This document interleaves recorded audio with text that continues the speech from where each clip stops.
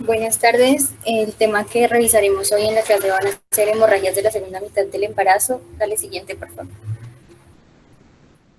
Entonces, el manejar este tema correspondiente a las hemorragias del tercer trimestre es de gran importancia, ya que estas se van a complicar en el 3.8% de todos los embarazos y van a constituir una de las primeras tres causas de mortalidad materna en el ámbito mundial. Cuando hablamos de su etiología lo podemos dividir en dos grupos, aquellas de causa obstétrica y las de causa no obstétrica. Con relación a las de causa obstétrica, estas van a ocasionar una pérdida sanguínea muy abundante a consecuencia del gran flujo que tiene el útero, por lo que va a ser muy importante que se tomen decisiones acertadas para poder preservar la vida tanto de la madre como del feto. Entonces, en esta clase vamos a profundizar en aquellas de causa obstétrica que se presentan con mayor frecuencia. Siguiente, por favor. Inicialmente, pues encontramos la placenta previa. Esto consiste en una inserción ya sea total o parcial de la placenta en un segmento uterino inferior que va a estar por encima o muy cerca del orificio cervical interno. Cuando la placenta está insertada de manera normal, no suele producir un desprendimiento durante el embarazo o el parto, pero si una parte de la superficie placentaria la encontramos anormalmente implantada en el segmento uterino inferior, esto sí nos puede producir un desprendimiento prematuro de placenta al separarse del tejido que va a formar su base. Cuando hablamos de la incidencia, pues esta va a depender de diferentes factores como la población que se estudie, los métodos diagnósticos que se tengan y pues las diferentes definiciones que han sido utilizadas, pero en términos generales podríamos hablar que es del 0.4 al 0.6%, aunque también pues se hace una diferenciación entre nulíparas y grandes multíparas, en las que se calcula que en las nulíparas la incidencia es del 0.2% y en las grandes multíparas llega incluso hasta el 5%. En cuanto a la etiología, pues en realidad en la mayoría de los casos esta se va a desconocer, pero sí se han descrito como algunos factores predisponentes y algunas entidades clínicas que vamos a encontrar relacionadas con esta patología y pues que suelen incluir traumatismo previo del endometrio, del miometrio o de la vascularización uterina. Dentro de los factores etiológicos más comunes que se han descrito está una edad materna avanzada, la multiparidad, gestaciones múltiples, pacientes que presenten anemia, que tengan un periodo intergenésico muy corto. En las pacientes que tienen antecedente con de cesárea, lo que ocurre es que la probabilidad de presentar una placenta previa va a ser 4 veces mayor que una paciente que no tenga antecedente, y este riesgo va a ser mucho mayor si el embarazo que se está desarrollando se produce inmediatamente después de otro en el que le fue practicada dicha cesárea. Esto va a ocurrir porque el segmento uterino no se va a desarrollar en la forma apropiada y la placenta que se encuentra en situación baja no va a poder ascender por el tejido cicatricial que presentaría la paciente. Dentro de otros factores vamos a tener un aborto inducido previo, tumores uterinos, endometritis, si la paciente tiene antecedentes de placenta previa, el hábito tabáquico y los fetos masculinos. Lo que ocurre acá con los fetos masculinos, o lo que se cree que ocurre, es que participa un mecanismo hormonal en lo que es la musculatura tubaria. Algunos textos pues hablan de malformaciones congénitas y de presentaciones anómalas que se asocian con frecuencia a placenta previa, pero esto es más una consecuencia que una causa. Siguiente, por favor.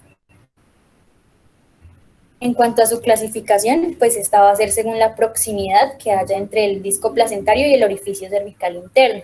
Entonces va a ser de la siguiente manera. Cuando el orificio cervical interno está completamente cubierto por la placenta, vamos a tener una placenta oclusiva total, como lo vemos en la primera gráfica. En la siguiente vemos una oclusiva, es decir, que el orificio cervical interno está cubierto solo en una parte por la placenta. En la placenta marginal lo que vamos a tener es que el borde de la placenta esté en el margen del orificio cervical interno, y en la última, que es la de inserción baja, esto ocurre cuando el borde de la placenta lo vamos a encontrar a más de 3 centímetros, pero menos de 10 centímetros del orificio cervical interno, que es nuestra referencia. Y acá tiene que tener pues la particularidad de que es una posición lo suficientemente baja como para que sea palpada por el dedo del examinador. Siguiente, por favor. En cuanto a su diagnóstico, pues para hacer un diagnóstico anteparto, esto se realiza por medio de factores como la búsqueda de factores de redundancia, síntomas clínicos y también mediante estudio ecosonográfico. En primer lugar, pues tendríamos las manifestaciones clínicas. Acá se va a presentar hemorragia genital, esta se va a caracterizar porque es indolora, hay una expulsión de sangre bastante líquida, tiene las características de que es roja, es rutilante, va a aparecer de forma brusca e inesperada y la mayoría de las veces ocurre en reposo e incluso durante el sueño de la paciente. Típicamente va a ocurrir durante el tercer trimestre de gestación, pero debemos saber que se puede presentar incluso tan temprano como a la semana 20. El promedio de edad gestacional en el que va a aparecer el primer episodio de hemorragia es más o menos a las 29 semanas, pero en este caso, en el primer episodio, esto no se suele asociar con mortalidad materna y va a resolver de manera espontánea. Pero en general, mientras más baja y completa sea la implantación de la placenta, mucho antes va a ocurrir esta hemorragia. En cuanto a la presentación fetal, cuando vemos una inserción anómala de la placenta, esta lo que va a hacer es que impide que haya un correcto encajamiento de la cabeza fetal, por lo que va a acompañar en el 15 al 30% de los casos de presentaciones fetales anormales e incluso se puede llegar a asociar con un prolapso del cordón por una inserción anómala o porque hay una ruptura prematura de las membranas. Ya en lo que tiene que ver a la frecuencia cardíaca fetal, esta suele ser normal. Vamos a ver sufrimiento fetal solo cuando la hemorragia ya es como suficientemente grave para poder causar un shock hipovolémico en la madre, aunque si se produce una alteración de las vellosidades por mortalidad fetal.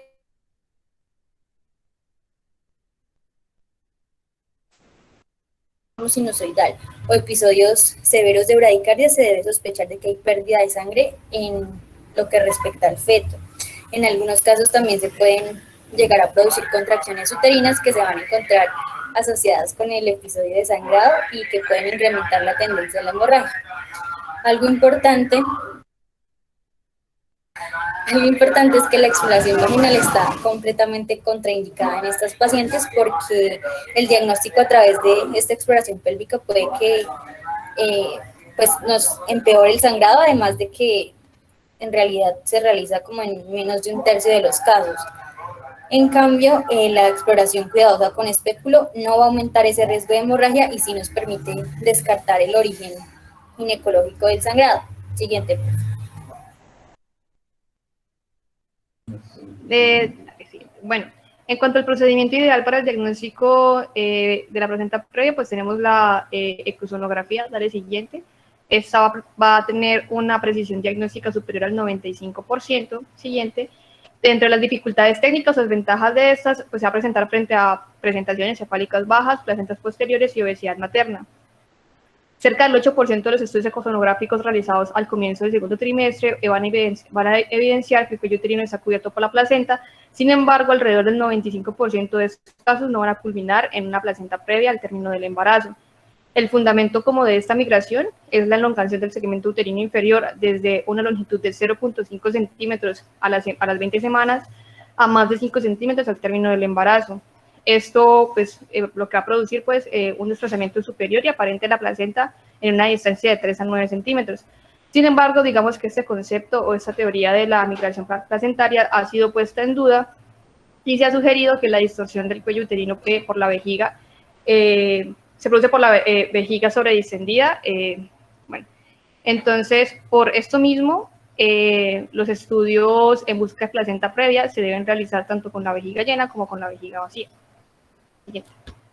La ultrasonografía transvaginal ha sido muy útil cuando pues, el estudio transabdominal es impreciso. Esta técnica es mucho más precisa en pacientes obesos y en presentaciones muy encajadas. Sin embargo, puede llegar a ocasionar un sangrado importante. Otra alternativa es la ultrasonografía transperineal. Esta se va a realizar, esa va a permitir una visualización mucho más precisa del orificio cervical interno y del tejido placentario, y no existe el peligro de desencadenar o empeorar la hemorragia genital. El valor predictivo positivo de este procedimiento es del 90% y el valor predictivo negativo es del 100%. Siguiente. En cuanto a la resonancia magnética, este procedimiento es mucho más preciso si se compara con la ecosonografía. Sin embargo, no es el método ideal para el diagnóstico debido a su costo y a la poca disponibilidad que tiene. Siguiente.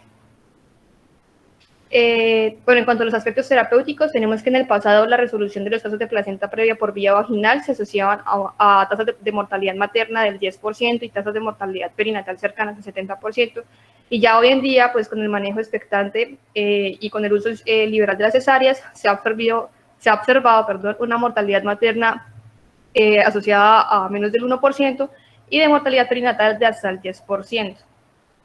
El siguiente. Entonces, en cuanto a las medidas generales, pues tenemos que el manejo de la placenta previa se va a basar en 3 factores fundamentales, que son el estado hemodinámico de la madre, el cual depende de la intensidad y la duración de la hemorragia.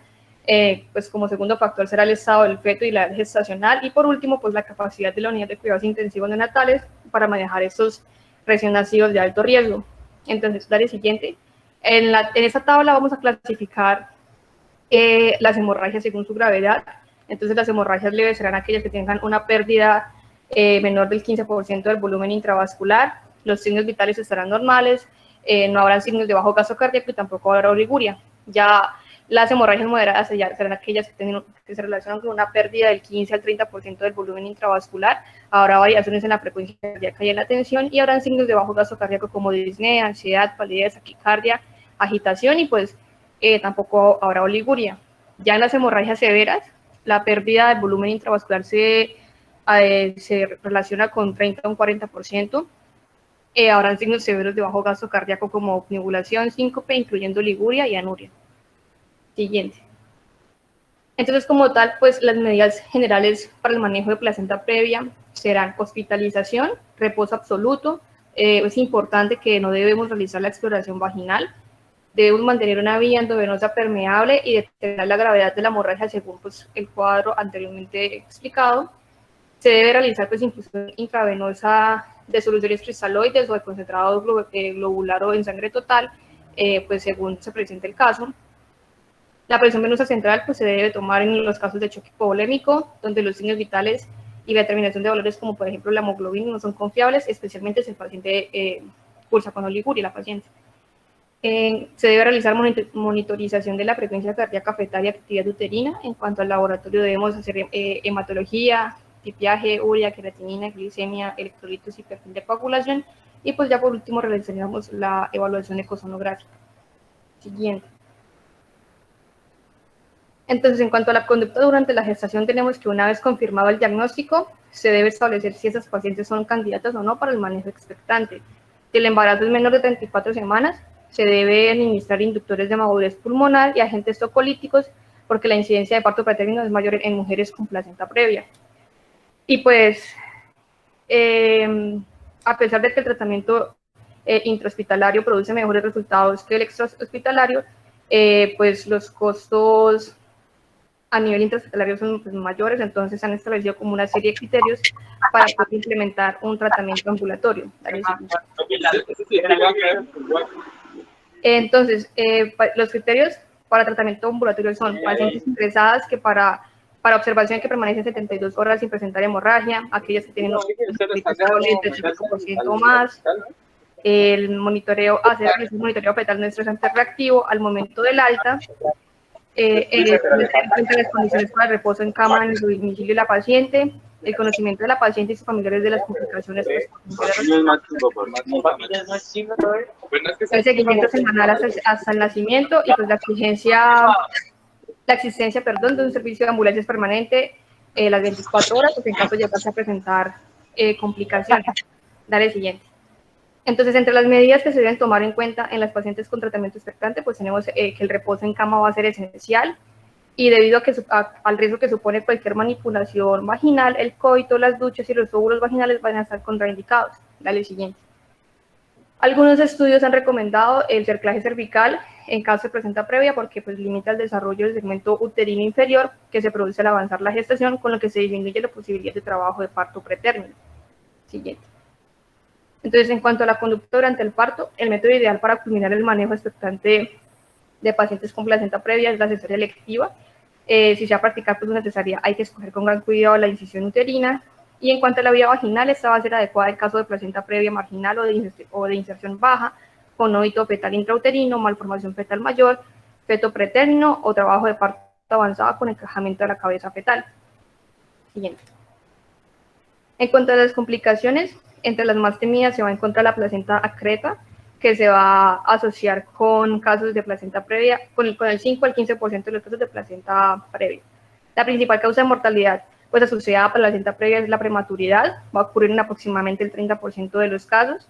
Las presentaciones fetales anormales se van a presentar en un 30% de los casos, y cuando la presentación es cefálica, pues existe una incidencia de cerca de un 15% de variedades occipito-posteriores o transversas. No existen malformaciones congénitas específicas asociadas a placenta previa.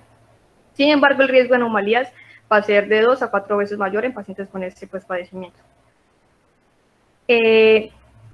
La placenta previa va a ser un factor de riesgo fundamental para la presencia también de hemorragia feto-materna, lo que nos puede llevar a una mayor probabilidad de anemia fetal e inmunización RH, y pues también la restricción del crecimiento intrauterino se puede asociar con un 30 a 19% de los casos de placenta previa.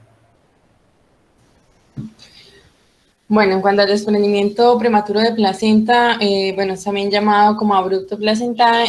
Pues es un tipo de separación de la placenta de su zona de inserción y, dale siguiente, puede ser tanto de forma total como de forma parcial, y va a ocurrir después de la semana 20 de gestación y antes del nacimiento del feto. Algo que tenemos que tener en cuenta, pues como una característica, es que la inserción placentaria va a ser normal, o sea, va a estar por encima del orificio cervical interno.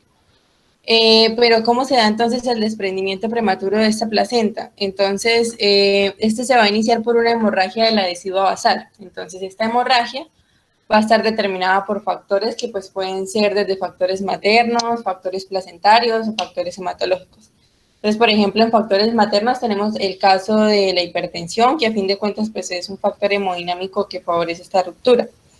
Dentro de los factores placentarios tenemos, por ejemplo, el estado de hipercoagulabilidad o trombosis de los vasos, y todos estos factores pues van a dar lugar a una hemorragia de la decidua. Y ya una vez pues que se produce esta hemorragia, esta decidua se va a dividir y va a dejar una capa delgada adherida al miometrio. Entonces, en esta capa delgada es donde se va a acumular la sangre y va a dar pues lugar a lo que es el hematoma decidual, que va a separar la placenta del sistema vascular materno. Y pues esta separación impide que el feto pues reciba una nutrición correcta y pues una oxigenación correcta también. Entonces, ¿qué pasa? Que en el 80% de los casos se va a llevar a cabo una hemorragia externa, se va a presentar entonces el hematoma, la hemorragia, va a salir por el canal del parto, y pues esto, a fin de cuentas, es de mejor pronóstico porque pues se puede identificar, o sea, puede llegar la paciente al servicio y pues nos puede decir que pues, ha presentado un sangrado, podemos hacer el diagnóstico y el tratamiento de manera más oportuna.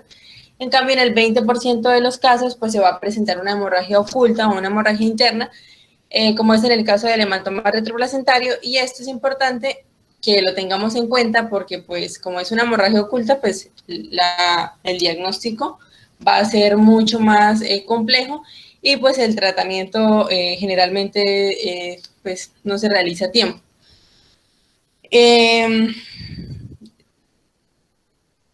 Bueno, ahí en la imagen tenemos entonces el esquema del desprendimiento de placenta. Entonces, en la parte izquierda vemos un desprendimiento placentario total, pero vemos que tiene una hemorragia oculta. O sea, no sale por el canal, no sale por el canal vaginal, sí. Y en el lado derecho vemos que hay un desprendimiento parcial de la placenta, pero vemos que hay pues un sangrado o presencia de coágulos que van a salir externamente en la vagina. Dale siguiente. Bueno, este desprendimiento prematuro de placenta es una de las principales causas de morbimortalidad perinatal, con una frecuencia de un 0.52 a un 1.29%, con tasas de mortalidad perinatal entre un 15 y un 35%, y pues estas tasas dependen tanto del diagnóstico como qué tan rápido instauremos pues el tratamiento de la paciente. Como ya les había dicho, pues aparece en la segunda mitad de la gestación, a partir más o menos de la semana 28, y en el transcurso del parto también se puede ver, sobre todo en el periodo expulsivo. Algo muy importante aquí va a ser entonces si la paciente tiene o no historia previa de desprendimiento prematuro de placenta.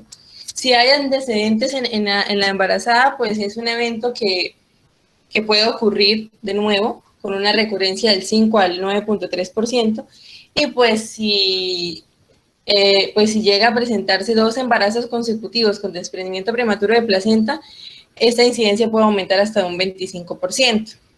Bueno, acá en la tabla, entonces tenemos, bueno, dice que se desconoce cuál es la causa pues primaria de este desprendimiento de placenta, de ese desprendimiento prematuro de placenta, pero pues sin embargo vemos que hay varios factores que pueden aumentarme el riesgo de presentarla. El más importante que podemos ver acá pues es la hipertensión en el embarazo, ya sea preeclampsia, hipertensión gestacional o hipertensión crónica, o pues cualquiera de estas combinaciones van a ser un factor de riesgo en el desprendimiento. También existen otros factores importantes pues que van a tener un riesgo relativamente alto, por ejemplo el desgarro previo, una mayor edad y paridad, la preeclampsia y hipertensión, lo que ya les había dicho, la coriapnoitis, la rotura prematura de membranas que sea cuando esta es mayor a 24 horas, gestación múltiple, bajo peso al nacer, hidrápneos, fumar cigarrillos, arteria umbilical única, el consumo de cocaína y leiomiomas uterinos.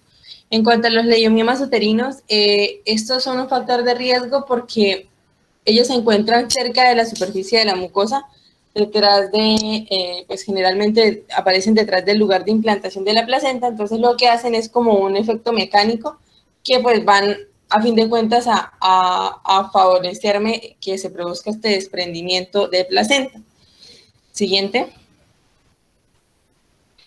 Entonces, para clasificar el desprendimiento prematuro de placenta, vamos a tener 2 clasificaciones, la clasificación de Page y la de Sher. En la clasificación de Page vamos a tener 4 grados, entonces tenemos el grado 0, en el cual la paciente pues va a ser normalmente asintomática. En este grado, pues el desprendimiento va a ser menor a 1/6 parte de la superficie placentaria, y pues normalmente el diagnóstico se hace pues ya cuando se realiza el examen de la placenta después del alumbramiento.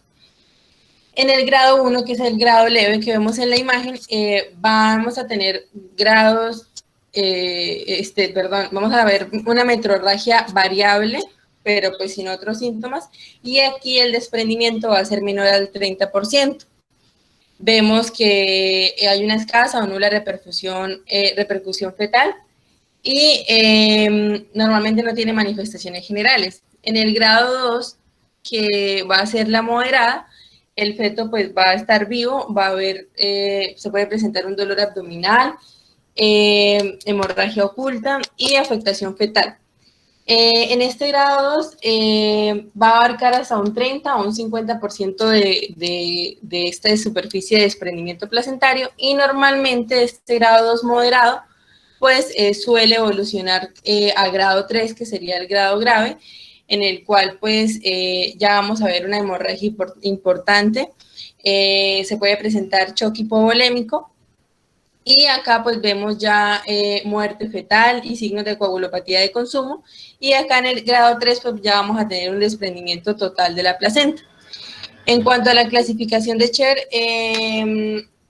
¿qué nos va a evaluar? Entonces, en esta clasificación nos va a evaluar tanto la morbilidad materna como el grado de desprendimiento placentario. Vamos a tener entonces 3 grados. En el grado 1, que es el grado leve, pues va a haber una hemorragia que va a ser, pues puede ser escasa o ausente, y el coágulo va a ser menor a 150 mililitros. Ya en el grado 2, pues va a ser moderado y va a haber presencia de metrorragia preparto, va a haber una intensidad hemodinámica materna, y vamos a ver, pues el feto puede presentar algunas alteraciones en la frecuencia cardíaca, y el coágulo es de 150 a 500 mililitros. Y en el grado 3, ya pues vamos a ver muerte fetal confirmada, coagulación intravascular diseminada, lesión renal aguda y un coágulo mayor a 500 mililitros. Siguiente. Bueno, en relación a la clínica, vamos a tener 3 elementos que van a ser claves y pues nos van a llevar al diagnóstico. El primero es que va a haber un sangrado transvaginal de color oscuro, a diferencia de lo que vimos de la placenta previa, que este va a ser oscuro y no va a coagular. este sangrado transvaginal vamos a encontrarlo presente en el 78% de los casos, y este sangrado va a ir pues como de la mano también con la hemorragia externa, y ocurre pues cuando el punto de la separación está en el centro del sitio de implantación.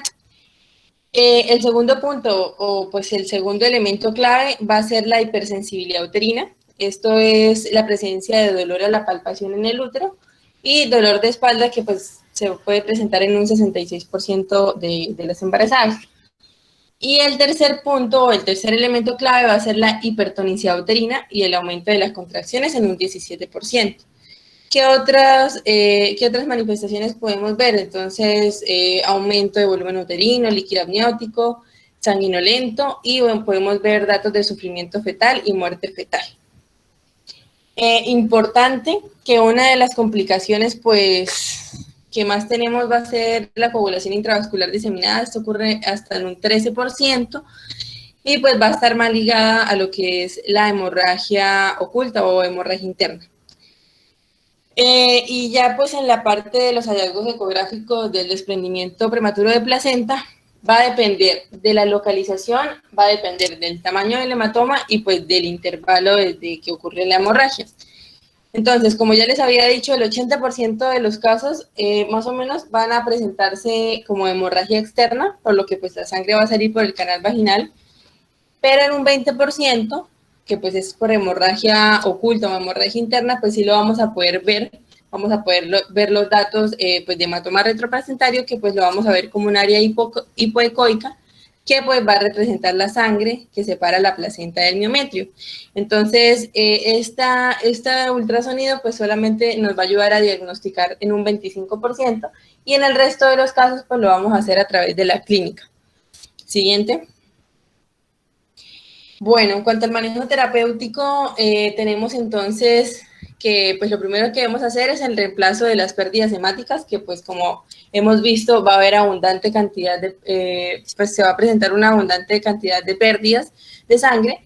Y pues ¿cómo lo reponemos? Entonces tenemos que reponer el volumen con 2 unidades de concentrado globular, sin importar pues la presión arterial y la hemoglobina. ¿Por qué digo esto? Porque pues muchas pacientes, como les había comentado, ya tienen hipertensión arterial, entonces pues puede que con las pérdidas sanguíneas pues aparentemente tengan una presión normal, ¿sí? Tenemos que también expandir el volumen con soluciones salinas o lactato de Ringer, valorar también el conteo plaquetario cada 4 unidades transfundidas, llevar a cabo también la transfusión de plaquetas, pues siempre y cuando el número plaquetario sea menor a 40.000, y intentar mantener un hematocrito mayor al 30%. ¿Esto con qué fin? Pues con el fin de mantener el flujo, de mantener pues la perfusión de en los órganos blancos, y pues de esta manera prevenir la lesión renal aguda. Bueno, entonces el manejo, o bueno, la vía del parto va a estar dependiendo de si el feto está muerto o si el feto sigue vivo. Si hay datos de feto muerto, vamos a inducir un parto vaginal, a menos de que pues, el feto no esté bien posicionado, es decir, si tiene una presentación transversa, pues entonces acá se puede evaluar también la realización de una cesárea. Tenemos que considerar entonces arneotomía, el registro de presión intrauterina, oxitocinas en altas dosis y prostaglandina G2.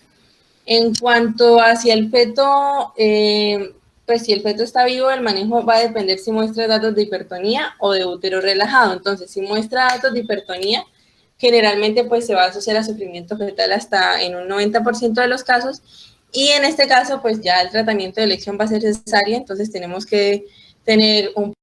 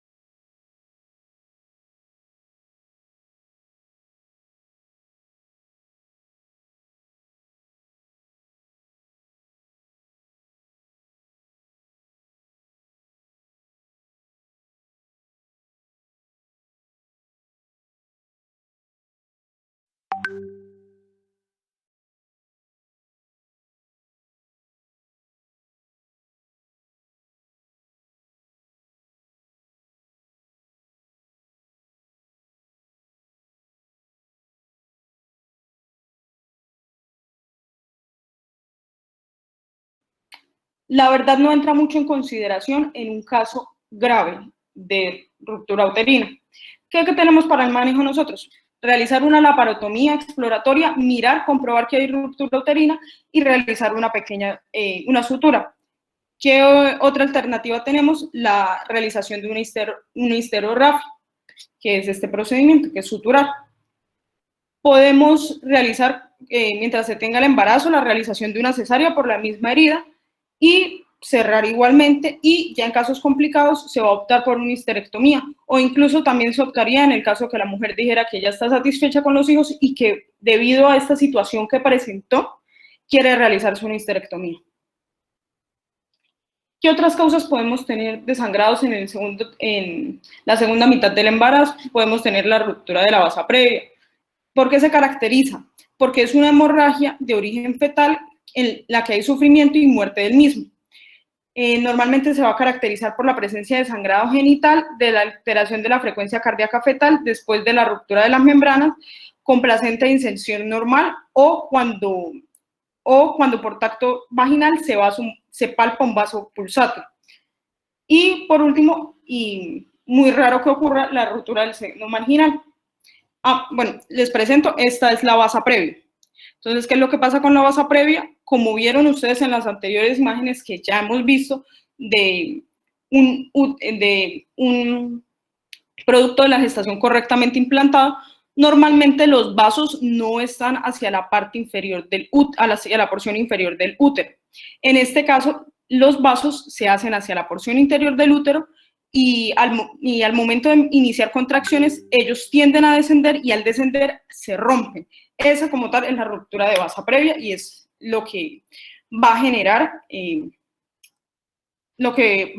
este signo. Tenemos también la ruptura del seno marginal. Entonces, el síntoma principal es la hemorragia vaginal de moderada intensidad, de sangre roja sin coágulos, que ocurre durante el reposo o el sueño y que se puede detener en forma espontánea al formarse el coágulo que va a obstruir el desgarro. Y el tratamiento como tal en este caso, como ven, se crea un mecanismo compensatorio, así que en estos casos lo que vamos a hacer es recomendarle a la mamá reposo absoluto. Muchas gracias.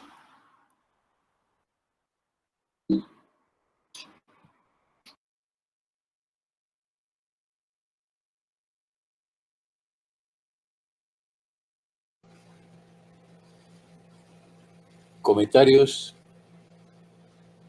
preguntas.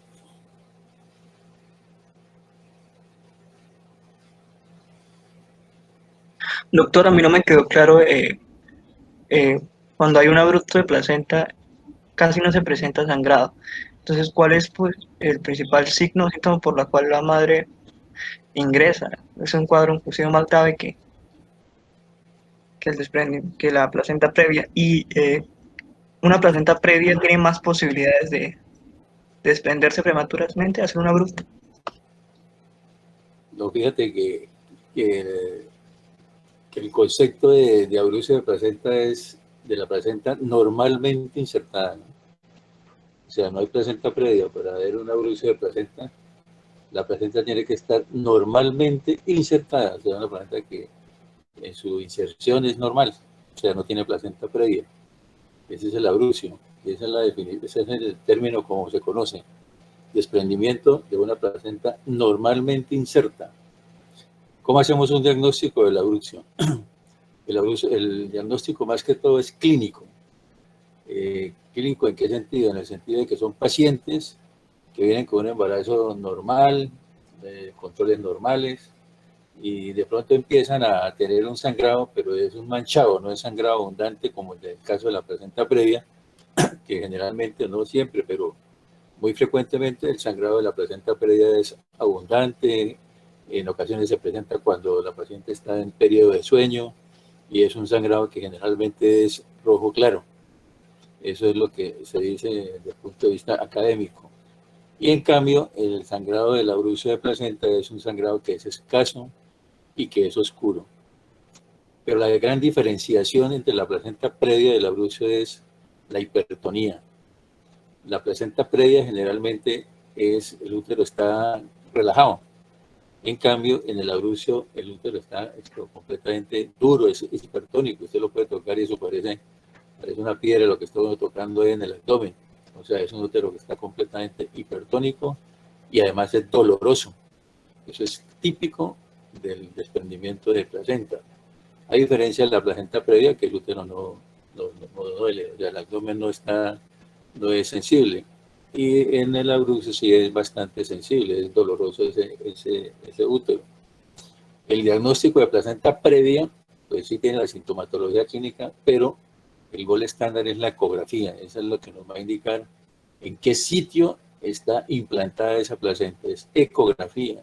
En cambio, en el abrucio, el diagnóstico más que todo es clínico. ¿Clínico por qué? Porque usted hace una ecografía sospechando un abrucio de placenta y la ecografía no le muestra nada.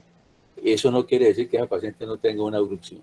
Entonces, es muy importante tener ese concepto en la cabeza. O sea, el diagnóstico de abrucio de placenta es más que todo clínico y no ecográfico. En algunas pacientes sí nosotros vemos haciendo la ecografía el famoso hematoma retoplacentario. Entonces vamos a ver la imagen anecoica que está por detrás de la placenta. Pero eso no es tan frecuente. O sea, lo que uno ve cuando está la paciente en urgencias, que está sangrando, que tiene un embarazo a término, sospecha uno el abrucio porque tiene una hipertonía, el sangrado ácido, que tiene toda la clínica. Usted le hace la ecografía y en la ecografía generalmente no encuentra nada. Entonces, eso no quiere decir que no tenga el abrucio lo puede tener. Lo otro, hay pacientes con abrucio que no sangran, como usted dice. Entonces tienen una hemorragia interna y esa es la que es más peligrosa todavía, porque uno generalmente asocia desprendimiento de placenta o placenta previa con sangrado, pero a veces en el abrucio no hay sangrado, porque resulta que la hemorragia es interna, como lo dijo una de sus compañeros, y esa hemorragia interna no se diagnostica a tiempo y es una de las que es más severas porque puede conllevar a un feto que pueda fallecer, que pueda perderse. Otra cosa importante de las hemorragias internas es que, como dijeron sus compañeros, la hemorragia infiltra el miometrio, o sea, extravasa el miometrio, se mete dentro del miometrio y eso produce una anoxia miometrial y esa anoxia miometrial conduce a una necrosis. Eso se traduce en una atonía uterina. Cuando uno abre la paciente, hace una cesárea por un abrucio severo, se puede encontrar con ese útero de Cuvalier. Entonces se encuentra un útero completamente morado, que no responde a los masajes porque tiene una atonía uterina. Entonces se enfrenta uno a ¿qué hago? ¿Qué hago con ese útero de Cuvalier que no está funcionando, que tiene una apoplejía uteroplacentaria, que no logro que se contraiga? Entonces ahí empieza uno a tomar una serie de medidas, medidas de tipo locales, masajes, colocar compresas de agua tibia, etcétera, tratando de buscar la contracción, utilizar los oxitóxicos. A veces no se consigue eso. Entonces uno empieza a pensar ya en la parte quirúrgica. Entonces, hoy en día se utiliza mucho el sistema de amarre del útero. Hay muchas técnicas en las cuales uno amarra el útero y lo amarra de tal forma, imagínense un tamal. Entonces se colocan tantas suturas que el útero queda tan amarrado con la idea de no darle espacio a que el sangrado continúe, como tratar de obliterar, ¿no? Más o menos es la idea. En cuanto a la ruptura uterina, hay un signo muy importante que es la paciente que está en trabajo de parto y de pronto ya cesan las contracciones. O sea, está con un buen trabajo de parto, de pronto repentinamente no hay contracciones y toca uno el abdomen de la paciente y toca de pronto alguna parte fetal. Ese es un diagnóstico, ese es un signo muy clásico de una ruptura uterina, ¿no? Sobre todo en las pacientes que tienen cesárea previa. Faltó revisar la parte del acretismo, que es muy importante también y que es una patología que es muy severa cuando no se detecta a tiempo y únicamente se detecta en el momento cuando uno está realizando la cesárea. Ese acretismo placentario se caracteriza, es muy frecuente cuando hay muchas cesáreas. Cuando la paciente ya ha sido sometida a 2, 3, 4 cesáreas, va aumentando el porcentaje de un acretismo. Y es más frecuente todavía, con un porcentaje bastante alto, cuando tiene las cesáreas y además de eso se presenta una placenta previa.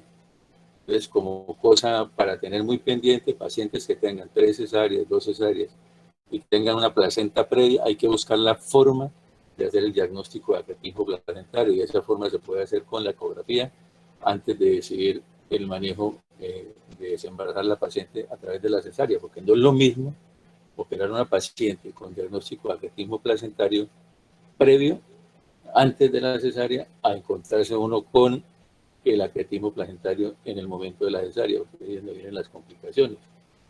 Este tipo de pacientes de acretismo placentario, sobre todo cuando ya la placenta ha perforado el miometrio y ha salido a órganos vecinos, por ejemplo, como a la vejiga, como el recto, etcétera, pues el manejo tiene que ser un manejo multidisciplinario. Cuando uno va a desembarazar a la paciente, tiene que estar ahí. En el caso de cuando hay sospecha de que hay compromiso de la vejiga, porque de pronto la señora tiene orina hematúrica, ahí está el urólogo, ¿no? Para que nos ayude a manejar las complicaciones posibles de la infiltración de trofoblasto de la vejiga. Entonces es muy importante tener un diagnóstico previo de lo que es el acretismo placentario antes de someter a la paciente al procedimiento quirúrgico. ¿Alguna otra pregunta? Doctor, en cuanto a la rotura de basa previa, ¿qué tan común es en nuestro medio y cómo sería la clave para diagnosticarla? Afortunadamente es muy infrecuente, ¿no? Es muy infrecuente, afortunadamente, porque primero el diagnóstico es bastante difícil en el sentido de que uno no la intuye, uno no lo piensa.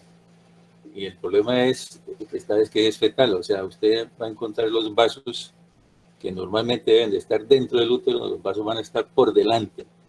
Entonces, cuando uno hace el tacto, uno toca ahí los vasos.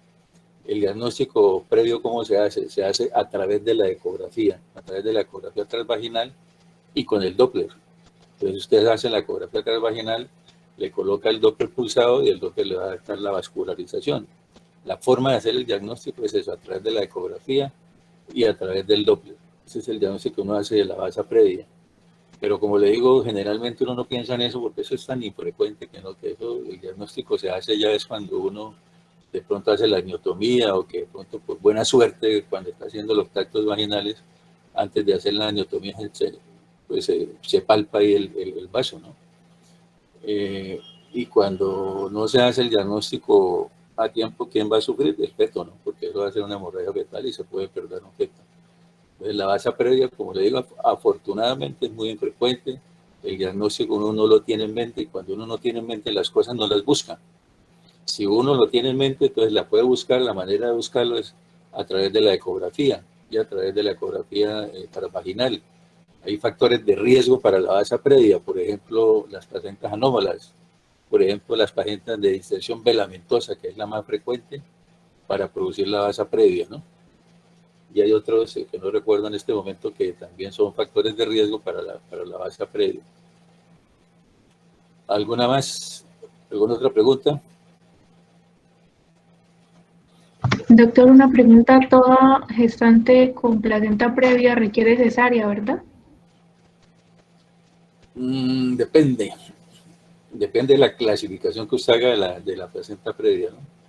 Hay diferentes tipos de clasificaciones. La más antigua fue la que ustedes hablaron allí, de placenta previa central total, placenta previa parcial. Imagínate. Hoy en día se utiliza ese término, placenta oclusiva y placenta no oclusiva, ¿no? La placenta oclusiva es la que antiguamente llamaba la placenta central total, y la no oclusiva era la que antiguamente se llamaba placenta parcial, placenta previa parcial. Y el otro término es la placenta de inserción baja. Es la clasificación que se utiliza hoy en día, ¿no? Cuando la placenta es oclusiva o cuando es total, no hay nada que hacer, ¿no? Placenta previa central total, eso va para cesárea, no hay nada más que hacer. Cuando es una placenta previa parcial, depende del compromiso que tenga el cuello. Pero normalmente uno, por precauciones, para evitar de pronto, uno hoy como médico, sobre todo nosotros los obstetras, los ginecólogos, somos muy propensos a las demandas. Entonces, nosotros optamos por placenta previa, y llámese central total, oclusiva o no oclusiva, va para cesárea. En otras escuelas, las placentas previas que no son completamente oclusivas, donde hay espacio por donde pasar el feto, dejan el trabajo de parto, ¿no? Aquí en nuestro medio, placenta previa, eso va para cesárea. Las placentas de inserción baja, generalmente les puede dar trabajo de parto. Y lo que antiguamente se llamaba placenta de inserción marginal, también se puede dar trabajo de parto. Ese es el diagnóstico que se haga mucho antes de finalización del embarazo, de placenta de inserción baja o de placenta marginal. No es migración que la placenta se vaya para arriba, o la placenta donde está se queda, es porque el útero va creciendo y al crecer el útero pues va desplazando la placenta que está pegada ahí. Entonces la idea de que las placentas previas hay que desembarazarlas por cesárea, sí, eso es cierto. ¿Qué tenemos que tener en cuenta nosotros en las hemorragias de la segunda mitad del embarazo, del tercer trimestre del embarazo? Tenemos que tener en cuenta ciertas cositas. Uno, primero, ¿cómo está afectada la mamá? Dos, ¿cómo está afectada el feto? Tres, ¿cuántas semanas de gestación tiene la paciente? Y cuatro, ¿cuánto es la cantidad de sangrado que tiene esa hemorragia de la segunda o del tercer trimestre del embarazo? Esas cuatro cositas tienen que tenerlas unos en mente para decidir en qué momento desembaraza a las pacientes que tengan sangrado en la segunda mitad del embarazo. Entonces, ¿cómo está mamá? ¿Cómo está bebé? Cantidad de sangre y, importantísimo, la edad gestacional. No es lo mismo manejar una placenta previa de 34 semanas a manejarla a las 37, 38 semanas, ¿no? Esos 4 parámetros importantísimos para uno decidir la conducta. Si usted tiene una con 34 semanas de embarazo, con una placenta previa y con un niño que está con un sufrimiento fetal, pues no hay nada más que hacer, hay que desembarazarla, porque la condición fetal está alterada, está insatisfactoria, entonces hay que desembarazar la paciente. Es muy importante tener en mente esos 4 parámetros para uno decidir cuándo desembarazo o cuándo hago un manejo expectante de la paciente para lograr que el niño, el bebé, llegue con sus pulmones completamente maduros. ¿Alguna otra pregunta?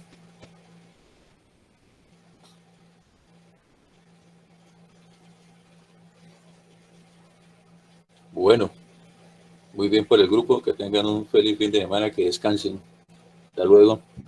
Gracias, doctor, muy amable. Gracias. Gracias. Doctor. Hasta luego, doctor. Gracias.